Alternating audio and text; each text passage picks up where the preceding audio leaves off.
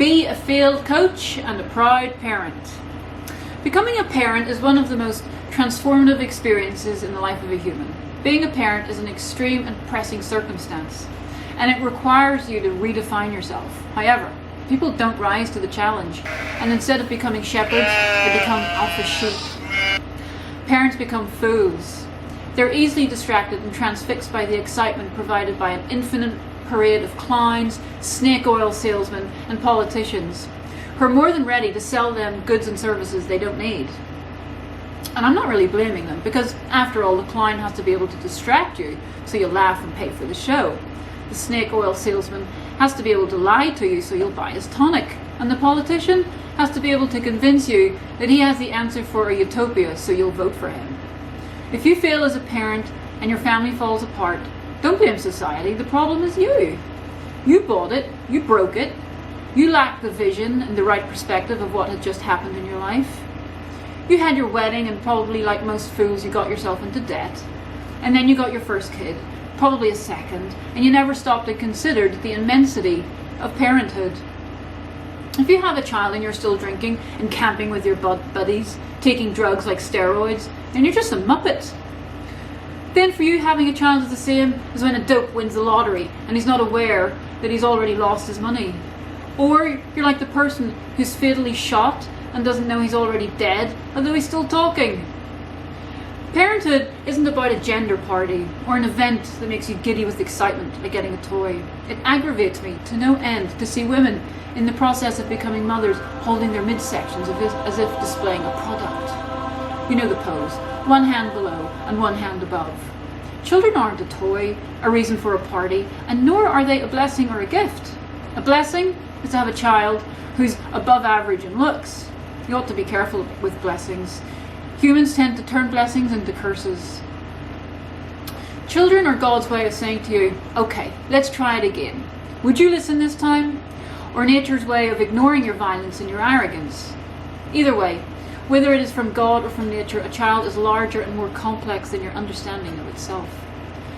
When you hold a child, you're grasping one of the most destructive or most transformative powers that exist in the universe. And it all depends on how you raise him. Parents have enormous power. It was a child who developed the atomic bomb. It was a child who killed 6 million Jews. It was a child who discovered penicillin. It was a child who died on the cross. It's always a child who brings blood or blessings to society. A child has nothing but enormous potential. As a parent, even if you're Bill Gates, you must protect your child from yourself. Why? Because you're not a fixed entity. You're fluid. You're always becoming. You're not stable or steady. This means that the things that you were okay with yesterday, you may not be okay with today or tomorrow. Not only are you constantly evolving, but reality is also shifting about you. And because you're changing, and reality is also changing at the same time, it's impossible sometimes to react correctly or fast enough to circumstance. As a father or mother, you must always correct for wind, speed, and friction if you want to hit the target. What you see is not how it will take place, because the future is far from today, especially when you have a child. Your sights should not be directly on the target, because if it is, you'll never hit bullseye. Fears, desires, and stress come from the outside world and from the inside environment. Fears and desire can change you without a moment's notice into something you didn't expect and didn't anticipate. Feelings that you haven't dealt with can turn you into a monster. And it's not enough for you to say, oh, it won't happen to me. Rejection and deniability are the worst antidotes to malevolence. And claims of kindness is the first step in hurting someone. You're more complicated than you're aware of, and you're not aware of how much or how little you know of yourself. Would you say that you know how a computer works, a helicopter, a submarine, a financial system, or better yet, something you use every day like money? How's it made? How does it function? You don't know, but you use it every day. You couldn't even draw a $2 bill in detail that you use every day, let alone a $50 bill. Yourself is 10 times, 1,000 times more complicated than a $2 or a $5 bill or a submarine. A child is an apprentice given to you by divine or by nature, for you to teach him not what you know, but what the divine needs to teach him, what nature needs to instruct him. These lessons were lessons taught to you, but you failed to learn. I think one way to think about it is this. Think yourself as a failed athlete who becomes a coach. Or alternatively, think of yourself as a coach who was never an athlete. So in the first instance, when you ask him to do something or to learn something, you must become aware that you weren't able to do it. You would remember that you failed, and therefore your reaction should be one of kindness and love when he doesn't get it. In the second case, if you see yourself as a coach who was never an athlete, you won't demand perfection. Why would you? You could, but you have to be a tyrant. And if you're a tyrant, well, then you and your kids will go to hell. But if you're not a tyrant and you're sane, then you won't demand 100%. You fake it. That is, you ask for 100%, but you really only expect 70 or 80%. And when you do get 100%, your admiration will be palpable.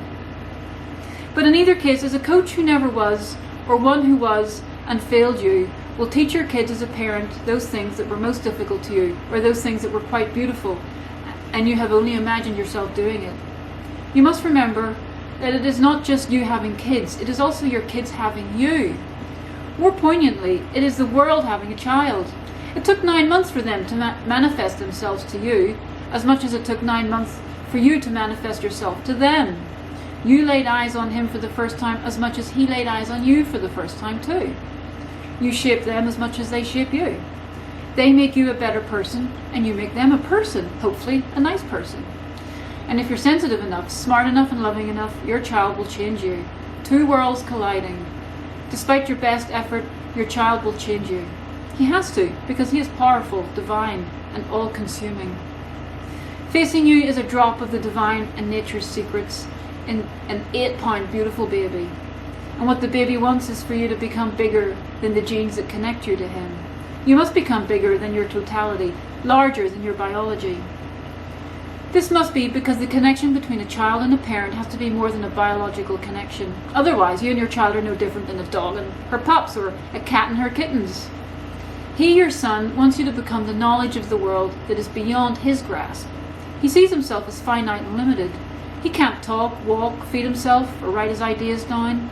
But you, however, you're boundless, cosmic, untold. The child's perception of you is bigger than what you actually are.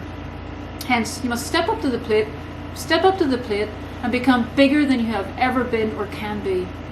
And this is not a thing you say you are, or some silly affirmation you say in the mornings. It must be a true transformation. Your family shouldn't recognize you. They should say, "You've changed so much, you're a different person." When God sent Moses to speak with the Pharaoh, he second-guessed himself and God's choice of him. He said to God, quote, "Who am I that I should go to Pharaoh and bring the Israelites out of Egypt?" And God said, "I will be with you, and this will be the sign to you that it is I who have sent you. When you have brought the people out of Egypt, you will worship God on this mountain." End quote. In other words, how dare you question me? I've chosen you because I see more value and more potential in you than you see in yourself. And you better trust my judgment, because there's many people relying on you. So shut up and man up. Your child demands the same. Shut up and become the best dad you can, because the lives of many rely on you. Why should you listen to me? Because it'll make you feel good.